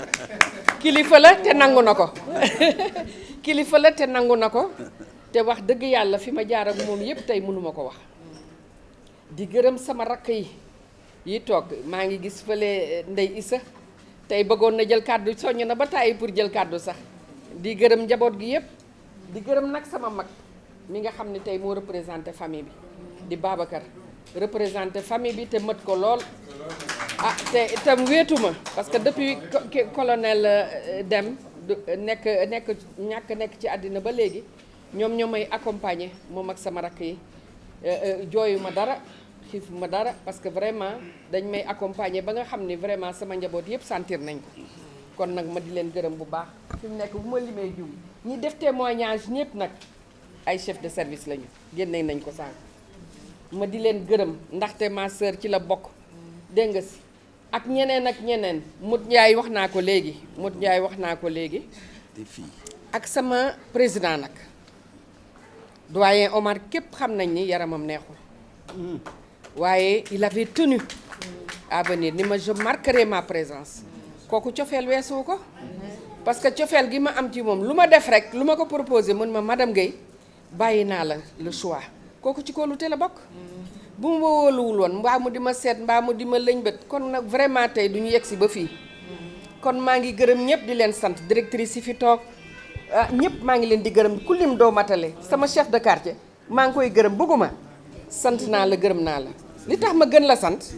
mooy li nga ma jàppal Khalifa Sanokho ndax keroog ba may tudde doom yàgg na nee na am na bac ren waaye musuma ko gis mu changé ah personne handicapée yi nag li ñuy kii yëpp luubu yëpp moom mosu cee bokk wax dëgg yàlla ànd ak man ànd bu sincère nag te képp ku mu jàpp day ànd ak yow avec sincérité delloo waa kii APEDOS femme veuve yi ñoom Awa Ndiaye ak ñoom présidente ak ma fab nu yooyu yëpp teg ko ci loxo Binta Diouf ñu jaarale ko ku ma tuddul rek xam leen ni yéen ñëpp yéen a ngi sama xol doyen Idi Mika Malick Ndoye mon compagnon de tous les jours moom yàlla daf ñu boole ba nga xam ne service bu ma dem maa ngi moom a koy ànd di ko bokk di ko liggéey ba màkk nag ma ne ko nag bii nag jeex na parce que yàlla moo ñu boole ba ñu ànd màkk sama seexu màkk la kon nag may gërëm nag particulièrement nag moom laay mujjee muy sama rakk di Gaye général Gaye damay xool léegi di xool ci mbooloo mi rek gis ko mu nekk ci ruqam fële ma ne ma yéen kii du général bi kii du sama rakk ma gis ni moom la waaye xam nga ni humble weesuwul loolu il a de grandes responsabilités moom moo topp ci chef d'état-major général des armées kooku xam nga aussi kilifa la waaye wàcce na boppam ba ñëw fii ci man di ma sargal te xam ne Cheikh bu fi nekkoon xam naa ni ñoom ñaar ñooy ànd ñëw ko mu ni ma nag comme Cheikh nekku fi man maa koy représenté moom ak jabaram soxnaam ma nga nële am ànd ak sama soxna ju baax jooju ku ma ñi ngi ak nen na sekk dégg nga si ma di leen gërëm di leen sant di leen sargal di leen ñaanal yàlla gudd fan gu ànd ak wér lii ñu ma dénk nag invité ñaa ci ñëpp xeebuma ci kenn la ko doore ca kilifa ya li ko doore ci ñëpp social sama collègue yi dama bëgg ngeen ñëw ku nekk joxe sa xalaat